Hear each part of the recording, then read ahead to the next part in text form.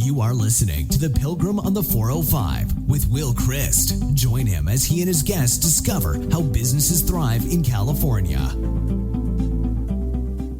Well, welcome to The Pilgrim on the 405. We got an interesting conversation today with a fellow book writer and an expert in patents for companies around the country, around the world. So Steve Sponseller. Steve, welcome to The Pilgrim on the 405. Thanks, Will. I'm excited to be here and looking forward to our conversation. Yeah, well, we met each other on Steve Gordon's show, right? His book writing, book prospecting program, which was a really nice thing, really powerful thing. Yes, yeah, it's been helpful for me, and finally got that book done that I've been wanting to do forever. Right, that's right. I was talking to people this morning and telling them, I did a master's degree at the University of Massachusetts in Amherst in 1986, and it was in composition and creative writing. And in my head was, got to write a book. But, every time I would look at a book for guidance on how to write a book, it had so many options and questions, and it just got very confusing. But with Steve, it's a system.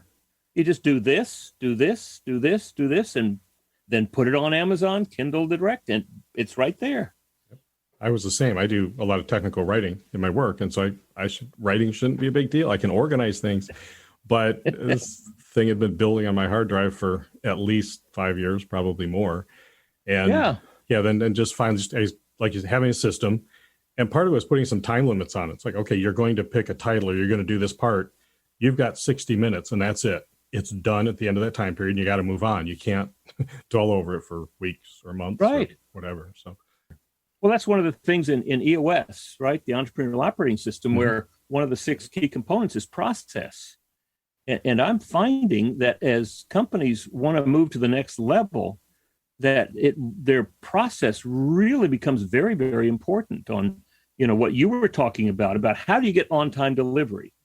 Well, you have limits for every work center along the way. And just like you were saying, for every piece of what you're doing, like come up with a title, you've got a certain amount of time to get that done if you're going to get your book done. Yeah. And getting that process, that's what I really appreciate about what Steve did for me, and it sounds like for you too, is developing that process and then expecting that we're going to go through the process and finish it on time. Mm-hmm. Yeah. So talk to me about your patents, patents in the world. Where there's a lot of conversation about that I'm hearing about patents. Are they too easy, too long? Should they be shortened? Should we do away with the whole patent system? Talk to me about the value of patents for us. Well, the patents are one way of protecting part of the intellectual property that a lot of businesses create. And in some spaces, like the tech space, pharmaceuticals and things like that. Now people complain about the cost of pharmaceuticals and how much it costs to develop them and to do all the testing. But if you didn't have a way to protect them when you get done, a lot of the pharmaceutical companies, they couldn't justify the expense of investing it. And I won't get into the drug pricing things, but it's an incentive for companies, any type of company, to develop some new inventions, to advance technology or science or whatever industry they're in, and gives them a way to protect it. It's limited. They get a 20-year protection, right to exclude other people from using an invention if they get a patent on it. That specific invention, you don't have patents out there that are going to stop you from making a vehicle or something like that. But it's kind of a trade-off, and it's even supported by the United States Constitution to advance science, technology, and the arts. That's kind of where the intellectual property pieces come from, and inventions are part of that. So I believe a lot of the inventions that we see coming out of Silicon Valley companies and lots of other areas too, the ability to protect that, to invest years and hundreds of thousands of dollars or millions of dollars in an initial product and proving it out without the ability to protect that and kind of carve out your little competitive edge for at least 20 years, you might not have some of the developments that we've got today. Well, that does provide some protection for an investor, right?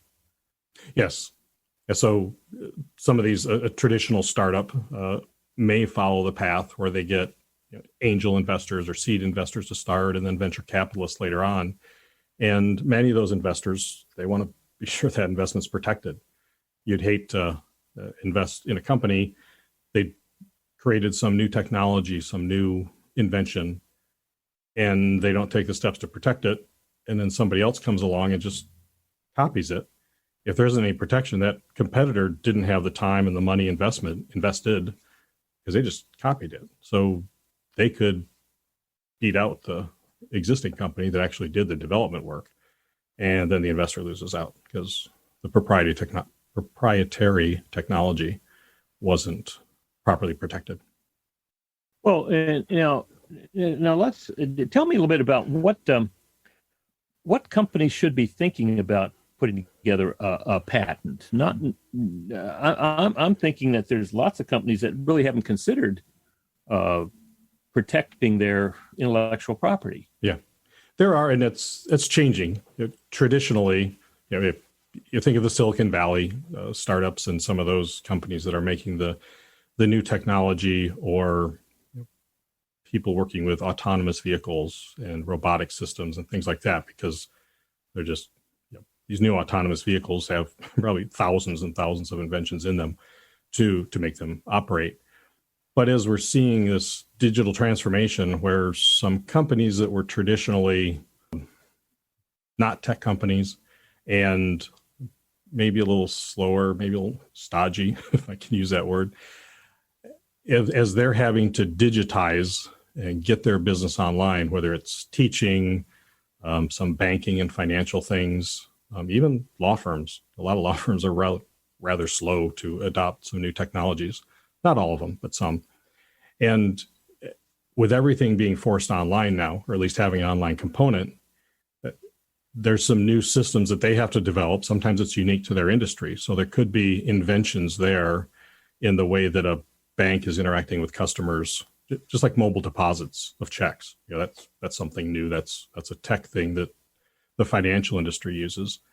And you're also seeing kind of different things converging, this digital world converging on a traditionally non-digital business or products, is making a whole bunch of new categories. And so a lot of these companies that haven't thought about it before should be, because if they come up with maybe a bank comes up with a great idea to provide a better customer experience or a better online experience for the customer, if that's something really unique and it's an invention you could protect, that could give the bank an edge, a nice advantage. I noticed that Chase Bank seems to be right at the cutting edge all the time with new, and then maybe 6 months later, Wells Fargo will come up with something like it, doing the same kind of process. So it's interesting to see that there are companies who take the leap first, and then that changes the marketplace. Mm-hmm. It can be something like mobile check deposits. I don't know when those first came out, but they weren't around 10 years ago. So whoever got that first, customers may not even, they didn't know they would want it. And once one company offers it and it gets reviewed and customers start using it, like, wow, this is great. I don't have to go to the bank to deposit the check. Right. Then the other ones will start saying, well, hey, that's customers talk to their friends and like, well, Bob over at ABC Bank, he can do this. Why? I'm with your bank. Should I switch? Or are you going to add this feature for me? So sometimes it's the customers and the market demand that'll drive them to adopt some of those new things. And it's not always the banks that have to create the technology and then patent it. Sometimes it's a third party, right? Yep.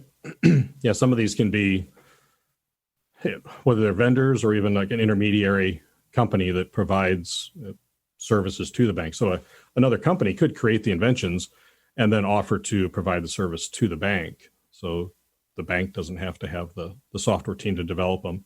It partly depends on the size of the bank. A Wells Fargo or Chase, those are large organizations, and they do have some tech people. My target market is 10 to 250 employees. So if there's a company who hasn't really considered doing patents, what would be the process to even think about that? Well, first is just to learn about it a little bit, to get a little education as far as what a patent is, how to identify inventions, to see if you have any inventions, and then understanding how to kind of evaluate them and decide what's the ROI, if you're going to invest the time and the money to prepare a patent application and negotiate it through the patent office, what's the return that you may get for that, whether it's competitive advantage or an opportunity to license the invention out to other people and generate a revenue stream, things like that. But it's kind of first understanding what's an invention and the threshold for getting a patent. I mean, I work with a lot of engineers and they think an invention has to be some revolutionary thing that's never been seen before. But we have over 10 million patents issued in the United States, and the majority of them are kind of incremental changes. They're still valuable, but it's kind of a incremental change or maybe a combination of two previous ideas that now are coming together to create a new benefit to a customer or provide some improvement. So you talk about the ROI. What kind of time, resources, and money does someone need to be prepared to invest to get a patent? If you're going to hire a patent attorney or a patent agent to prepare the application for you, a ballpark number is maybe around $10,000 to get the application written and filed with the patent office. Then you wait for a little while, anywhere from maybe 12 months on the short end up to 3 years on the long end for an examiner to pick up the application. And they actually examine it. They do a search to see what other things that might be related to your invention are out there, to see if the invention is truly new or novel and worthy of a patent. And you often have to negotiate. You go back and forth in writing or phone calls or video conferences with the examiner, because you can tweak the application to maybe get around some of the other things that the examiner found that predate you. And through that process, if it gets issued and then you pay a few maintenance fees over the life of the patent, you're typically in the ballpark of $20,000 or $25,000 for the life of the patent total. Mm-hmm. And does that include the initial $10,000? Yeah, $10,000 and then another 10 or 15 to get it negotiated through and to pay your maintenance fees. And you're going to get a term of 20 years. It's a contract you're making with the government. They will give you 20-year monopoly on your invention. And in exchange, you have to disclose the invention in the patent application document with a fair amount of details, so that at the end of that 20-year term, it's now in the public domain. Anybody can use it. So that's the idea of advancing the science and the useful arts. You get your limited time period where you can exclude others from using the invention. But then it goes to the public domain and everybody else can use it or build on it or expand from it. And that's a way of building technology in the infrastructure, or moving the economy forward, right? Yes. Yep. That's the idea, that one invention builds on another. By getting these out there, you let other companies, other people use the technology and then keep expanding, keep building on what the others have done. I was amazed after meeting you and reading your book. I began to talk to some of my manufacturing clients. I was surprised. One said to me, "Oh yes, we have some of the best patent attorneys in the country. We hire them and they come in once a quarter and take a look at all the things we're doing. And we have a number of patents." It's interesting. I mean, I would have never even asked that question before. Yeah, manufacturing is one of the categories for patents. You can patent the manufacturing process. So whether you're making a pharmaceutical or a chemical compound, or in Silicon Valley, process for manufacturing all kinds of chips, whether it's a processor or a memory chip, all those things are that. But any kind of a manufacturing facility, if you're making something, especially as some of those assembly lines or the procedures they use, as those start getting more automated and robotic systems work their way in, there's inventions there in the way you can streamline the manufacturing or make it safer. If the robots interact with humans, if the robots take some of the dangerous jobs and they do it a particular way to keep the humans safer on the assembly process, things like that. Well, it's interesting now. So manufacturing was one category. What are other top line categories? The Supreme Court at one time said anything under the sun made by man, it's a word they used back then, but made by humans, which is almost accurate, but it can be a machine. So just for an example, take an autonomous vehicle. You've got software in there that's perhaps guiding the vehicle or doing obstacle detection and things like that to make sure it doesn't run into anything. And there's software in there. You've got different sensors, cameras and radar and different things that are sensing the environment around the vehicle, control systems, maybe even some of the mechanics if the autonomous vehicle has a different kind of driving structure. Those can be patented. So it can be something that's mechanical, chemical, software, manufacturing procedures, chemical compounds. It's a wide range of things that you can protect. The thing that you can't protect, and this is where software gets just a tiny bit sticky sometimes, is you can't protect, laws of nature. You can't patent gravity. It's already there.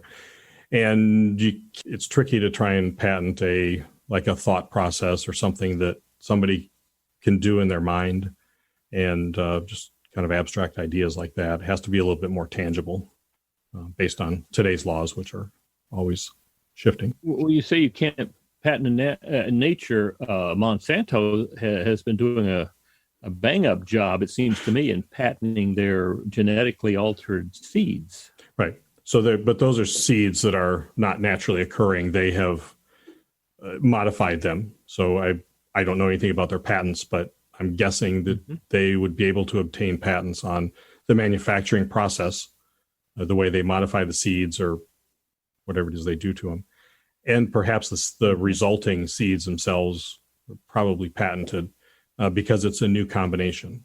It's not the naturally occurring seed. They have modified it to be something new and different. Interesting end run by reading about Terminator seeds, that they've certainly patented the genetically modified seed, but then they also constructed that seed to be sterile. So after it produces the plant, it will not reproduce seeds, so farmers can't hang on to the seeds and plant them again next year. That's an interesting piece of interesting strategy. I'm not sure that I'm really comfortable with that, but it does seem to be that's their strategy for having to come back each time and buy new seeds from them. Right. Yeah, they're not necessarily trying to be the public favorite, but from a business standpoint, I also understand that you have new sales every year because you can't reuse the seeds. Now, so what happens to the value of the patent? Does that become part of the balance sheet?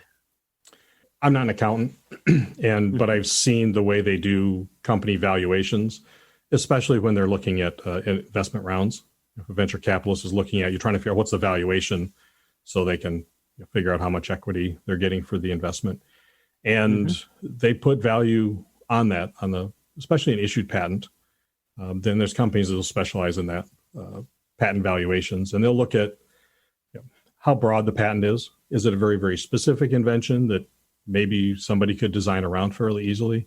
Or is it something broader that, this affects not just this company, but it affects a lot of people in the same industry. So there's potential licensing revenue if you license that to other people. And they'll look at how much term is left in the patent.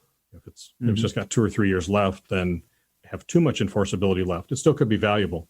Might not be the same as a patent that still has 12 or 15 years left. But they do value those, and different investors are obviously going to look at it differently, and it may depend obviously on the other factors of the company and how they're valuing the whole package.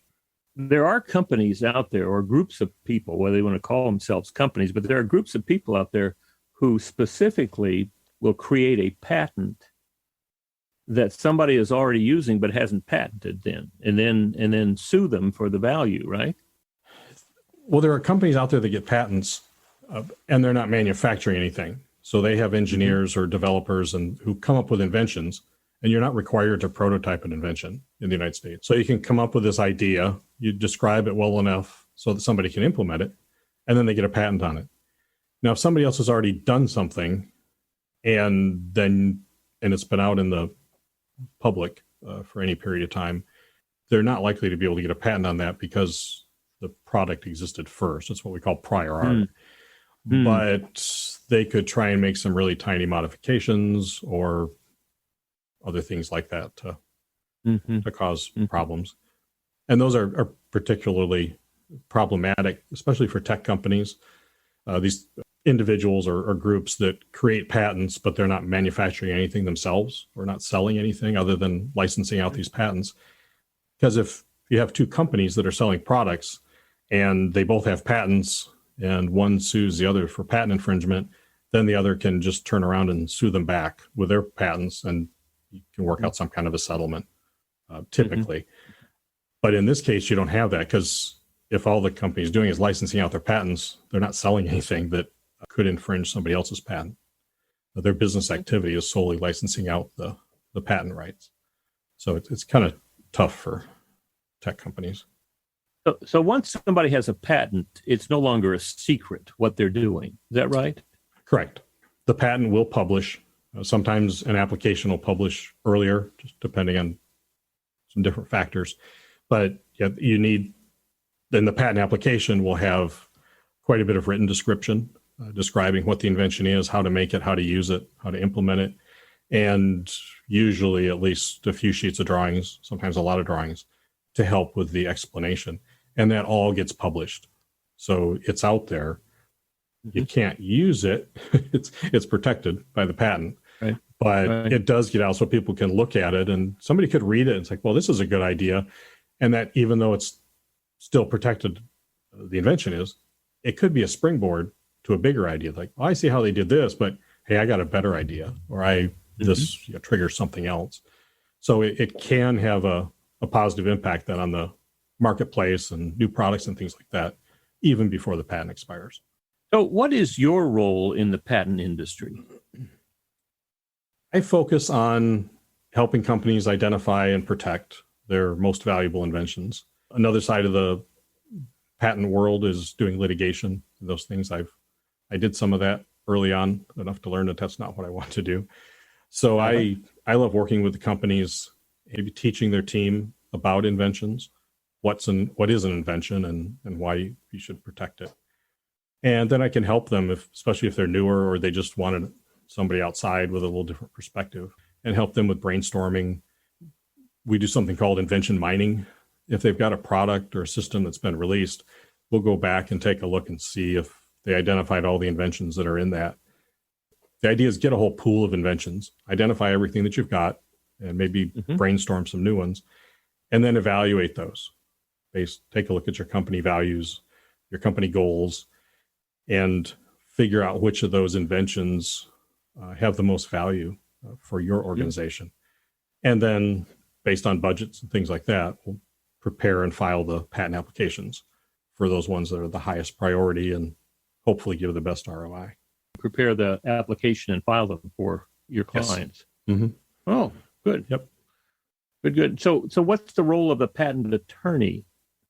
Well, that's what I do. I am a patent attorney, and some of the earlier parts of the brainstorming and even some of the prioritization is a lot of that's talking more business rules. But in the evaluation, you need to look at how a patent could be interpreted and how they might value it when they're evaluating and prioritizing them. But then when you get to the act of writing a patent application and filing it with the U.S. Patent and Trademark Office, generally done by a patent attorney, or there's also people that have the credential of a patent agent, have passed the patent bar exam, so they can file patent applications and negotiate and communicate on behalf of a client with the patent office. But they didn't go to law school. They can't advise on legal matters and things like that. So either the patent attorney, patent agent have the training to write a good, solid patent application and then get it we call it prosecuted, but negotiation is kind of a less legal term for how you get it through the patent office. What would you say the hit rate, the positive hit rate for patent applications is? Is it great, or is it a hope, a dream? You mean for once you file an application for getting it issued? The legal answer is it depends. Yes. That works on everything. It can vary by industry and the strength of your invention. So if some people file inventions have a lower likelihood of getting through, but if it gets through, it's a high value. So they're willing to do it. To be honest, I don't know the exact percentages. I've heard numbers around 70, 75% that get issued, but I think some may just get abandoned in the middle because of the time it takes to get a patent issued. Some companies, I've seen situations where they come up with an invention and they file the application, and a year and a half, 2 years later, they come up with a completely different design that makes that first one obsolete. So they'll just abandon the application. They file a new application on the new revised invention, but they'll just let it go. So I should look those statistics up so I can give you the exact number next time.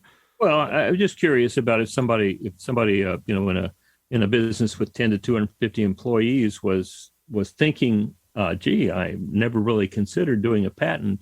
If I started going down that road, what are the chances that, given that I had an expert on retainer to help me with that, like you, do I have is there a good chance that I'll get it, or is this like a Las Vegas or a casino thought machine? So it sounds to me like that, like given good advice, if the subject matter expert like yourself suggests moving forward, that there's a 75% chance or better that we'll have a patent at some point. And especially you can do a little bit of legwork up front before you file the application. The inventors come up with their idea, but find out what else is out there, that because the examiner is going to do a search. But if you kind of take a look and see, well, gee, there's this other white paper or this other patent that's already issued, this could cause us some problems.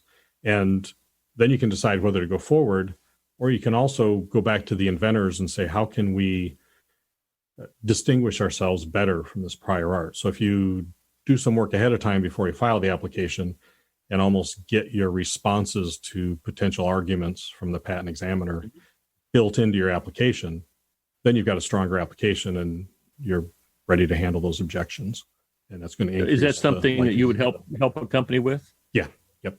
That's all part of the patent kind of preparation process, is to build a really good, strong application. Right. So I'm curious. I wonder how business owners come. Where do they learn about the value of patents? How do you help people discover the value of the potential value for patenting their processes? Well, that's part of what the book talks about, but it's looking at partly their industry. Everybody's different. So I worked with a client quite a few years ago.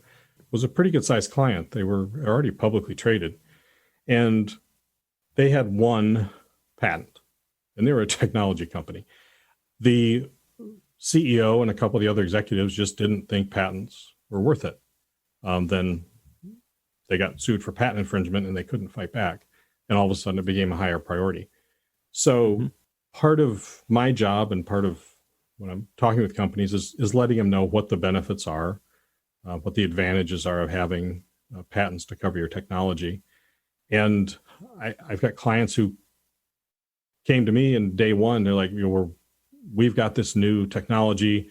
We're worried there's somebody else developing the same thing in their garage, and they're going to come out of stealth mode, and they're going to be better than us or take our stuff, and we can't do anything about it. So they know that they want to have a patent, especially on that core technology that they're going to build a company around. And others just say, well, we'll wing it. We'll see what happens. Those are business decisions. I can tell them what a patent can do and what the legal things are to consider, but then it's their business. Yeah. They gotta make the decision. So do you ever do webinars for companies on just informing them about the possibilities of patents, filing patents? Yep, we do kind of just introductory sessions, kind of training, especially people on the development team and who are most likely to be the inventors, to teach them what's the threshold for getting a patent and give them some examples, and sometimes some that have a really low threshold, but they still obtained a patent, and help lead some of the brainstorming sessions and try and make those a little bit more fun. We do invention contests and different things to just teach the team and kind of generate some ideas at the same time. And I haven't done webinars yet, but it's something that, especially now since so much remote things are going on, I've had some clients ask about doing just a video training for their current people and then recording it. So as new employees come in, they can have them watch maybe a 30-minute training on the basics of patents and inventions to get them up to speed. And then maybe quarterly updates or something like that. So talk about your book. You have a copy there to show us? Of course. I wouldn't be a good author if I didn't. So yay. There you go. Good. So where can we get a copy of it? It's available on Amazon if you want it in print or Kindle. And you can get a free copy in PDF format on my website, which is stevesponseller.com/book.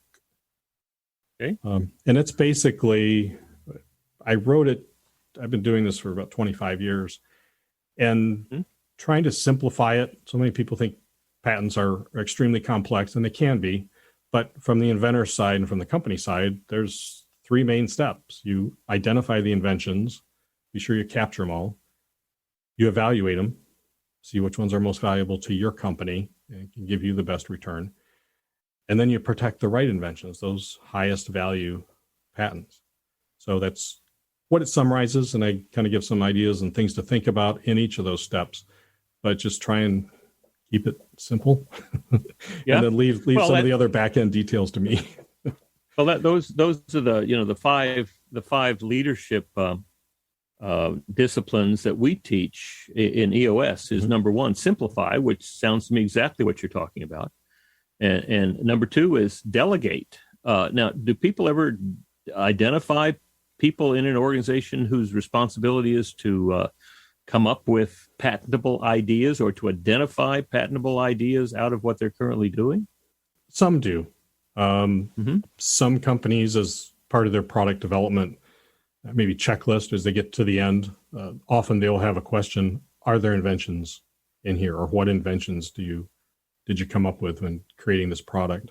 That's a good way to do it. And sometimes if you're a little more proactive and go in and actually talk to the inventors and find out, because sometimes the engineers like, oh, in hindsight, it seems simple, but if they got stuck on a problem and it took them 6 months to solve it, their solution could be an invention. We teach people to simplify, delegate, then to predict. So that's what I was asking you about the prediction, and it sounds like a very high prediction if certain criteria are met.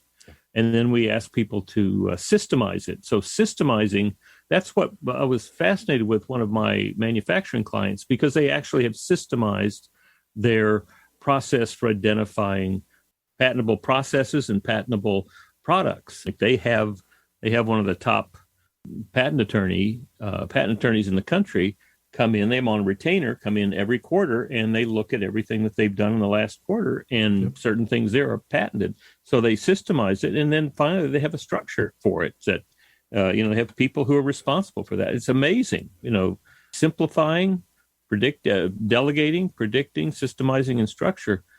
Now, when they do that, that creates a value for them, right? Oh, absolutely. Yeah, the patents that get issued are assets. Those are, we refer to them as patent assets or just assets in general. Definitely.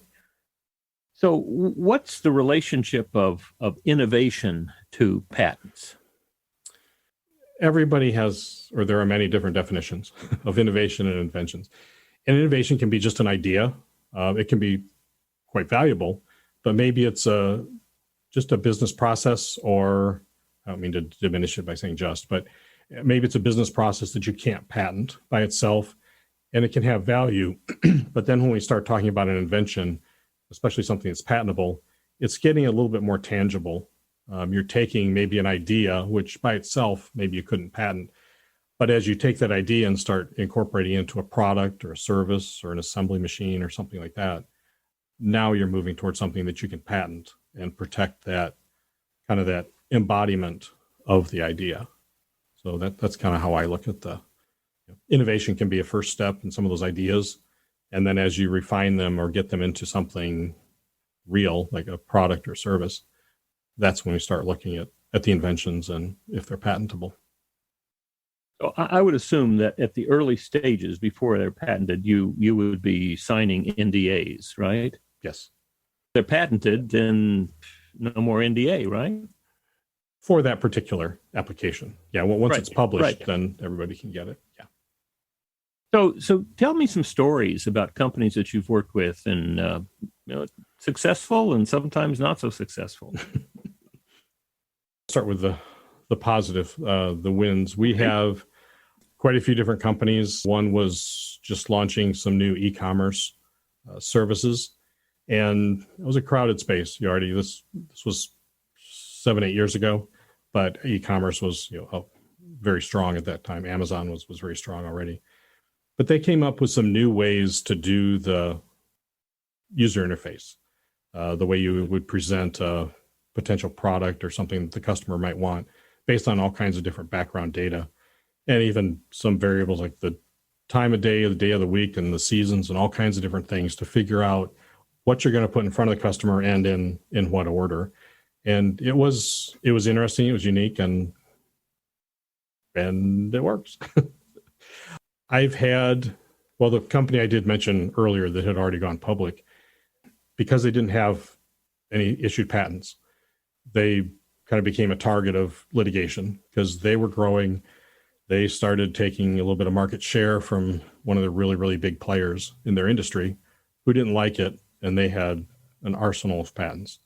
So they were sued for patent infringement, and the only way they could really fight back was to go buy a couple of patents to then try and get what's called a cross license. You negotiate and say, look, we've got these patents that cover what you do. You've got patents that cover us. Let's work out an agreement.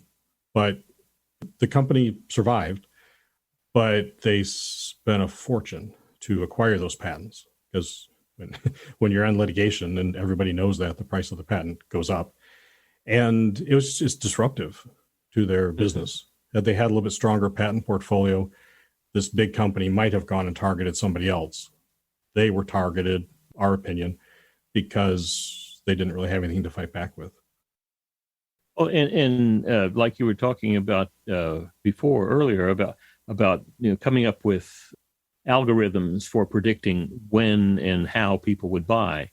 I presume that once that had been patented, then they could either license that technology or they could sell the whole company to someone who would buy the patent as well. Yes. Yeah, there are quite a lot of startups, as you probably know, that their exit strategy is getting acquired. So having some patents to protect what their proprietary, whatever the new thing is that they're adding, that's something that an acquiring company will want to take a look at. Or they may want to continue to develop more things and build a business, but yet allow certain people to license their technology. So that's another income stream. They're generating some money from the patent while they can exclude other people that don't have a license as they build the company. So they're both options. So Steve, let's suppose that I am a business owner, been in business 4, 5, 7, 8 years, and I'd like to explore patents and the value it might bring to me. How would I go about doing that with you? I start out just with an intro call with people, just kind of a get to know you call to see what they're doing, see if it's something I can help them with, see where they're at, and a complimentary call to get started. And then at the end of that call, we can kind of decide do patents make sense? Are they not ready yet? Do they need to do some more development? And if they do make sense, kind of what the different options are, how I could help them either identify the inventions they've got and evaluate them and help them create the systems to do this. I kind of help facilitate it the first couple times through, and then they can kind of take it over and then file patent applications that they need. Mhm. But I'll work with their team to do some education and to walk them through some different brainstorming techniques and how to run a patent evaluation committee meeting to evaluate what's come in, things like that. Well, that's interesting. That's interesting. Now, if a manufacturing company is, I suppose any manufacturing company would have a high chance of having some patentable processes. Yes. But if they are protecting those is not in their best interest, or there's not a lot of value to protecting those, it wouldn't make a lot of sense to go through the patent process, would it? Probably not. That's part of the evaluation, is looking at, I've got a list of about 18 different factors that you can look at. And part of it is what's the life of the patent? What's the value to the company, especially? But also, one of the things we would look at, if it's something unique to your company and it works really well on your assembly system, but it really wouldn't work on anybody else's because it's something that's peculiar or unique to your system, then there's probably not a lot of value, because the patent's probably not going to cover other people out there. Nobody would pay for a license on a patent for something that they're not doing. So that's what we look at. Is it, how broad is the application? What's the life? If this invention's run its time and you're not going to continue it, it doesn't make a lot of sense to invest in a patent. If you've got a version 2 or something else coming along that's going to be the new latest and greatest. Would a company process be patentable? A process for a workstation, a work center, completing products, would that be patentable? Those typically fall in the business process category, and those are not generally patentable by themselves. If you start tying them into some physical systems or some tangible things, that gets into a gray area.